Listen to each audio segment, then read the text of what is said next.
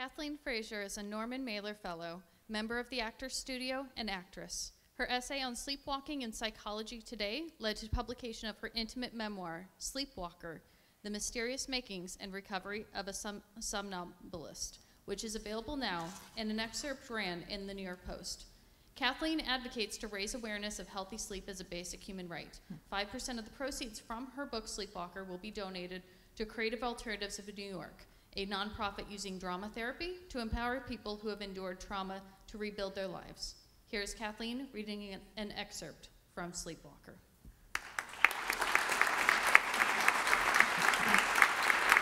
Thank you.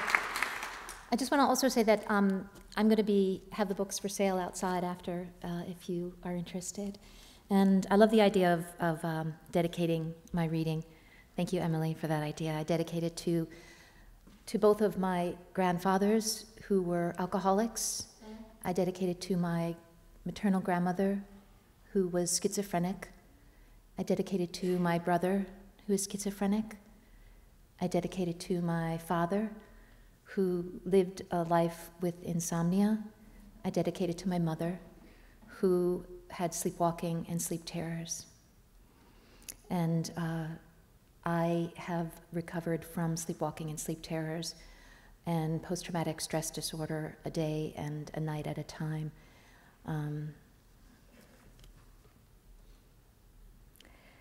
I had become one of several boarders in a rambling flat on the Upper West Side of Manhattan. My landlords were middle-aged bohemians, writers, filmmakers. He was a philanderer. I'd played a Wild West saloon whore in a music video they'd made for a jazz saxophonist, which is how we became roommates. Their labyrinth halls led to disheveled rooms, some of which overlooked the Hudson with breathtaking views through windows left wide open in the unbearable summer heat. I was spending this particular night in the enormous living room to avoid the smell of paint drying in my rented postage stamp of a bedroom. Deep blue had been my color choice, having read it could calm the nerves. I turned on a reading lamp, and the sudden light sent a cockroach scampering across the hardwood floor beneath a huge, discarded pile of newspapers. How would I ever fall asleep now for fear of the disgusting creatures crawling over me at my most vulnerable? I banished the thought by picking up C.S. Lewis's The Screwtape Letters about a senior demon's counsel to his nephew on how to damn a man. I read a long time until my eyes felt heavy. I let them close, resting the devil's letters against the thump, thump, thump of my heart. Blood pulsed through my ears. As a kid, I'd listen to that dreadful sound for what seemed like hours as I'd try to fall asleep. Nicknamed Kitten by my family, I was a born scaredy cat, afraid of bedtime from the start. When I was quite small, I shared a room with my brother Danny, 2 years my senior. An impressionable Catholic schoolgirl, it was easy to believe his goodnight stories. If we stepped off our beds, some creature would drag us under, the devil, or one of his helpers, rats, snakes, take your pick. I realized as I was about to drift off on the lumpy sofa that these were not the most soothing bedtime thoughts. Reaching to turn out the light, I changed my mind and left it on. I must have fallen asleep then. I don't know for how long.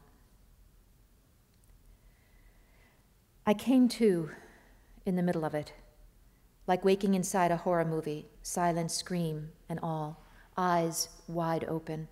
I was standing at an open window, staring at the dizzying curve of Riverside Drive, 5 floors below. I'd stopped, somehow, poised, about to jump.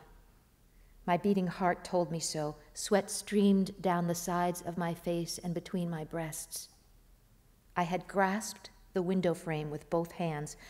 My adrenaline was so high I could have lifted it off the wall. It was a big window, a portal from this world to the next. A solitary street lamp cast a pool of yellow light on the winding street, no cars. The air was thick. I was alone.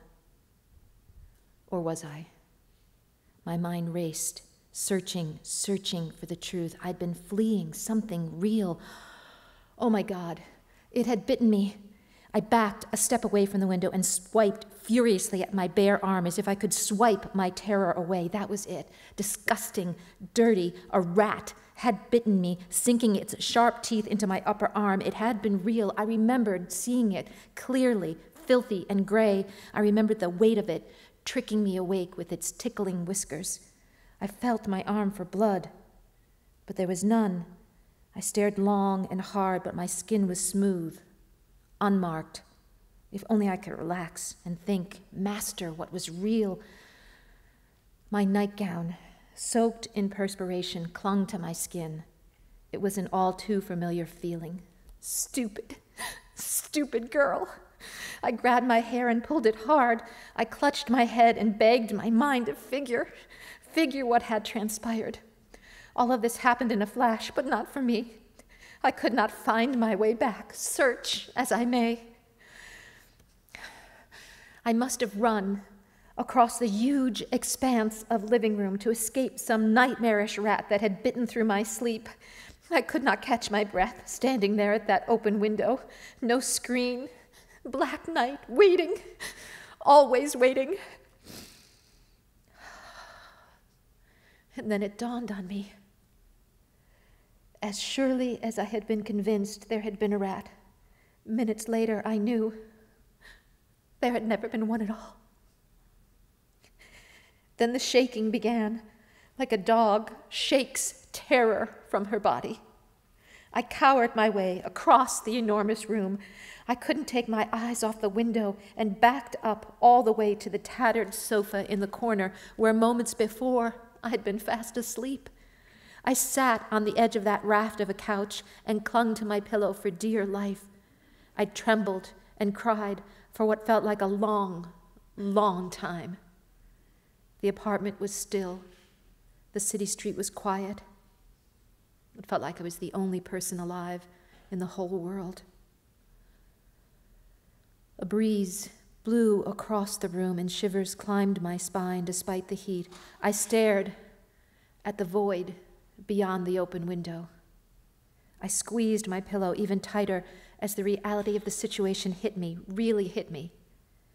If I had fallen to my death while sound asleep, it would have been considered suicide. I was only sleepwalking. It was just a sleep terror. I whispered to no one there. I was a ticking bomb, set to explode at my most vulnerable as I lay sleeping.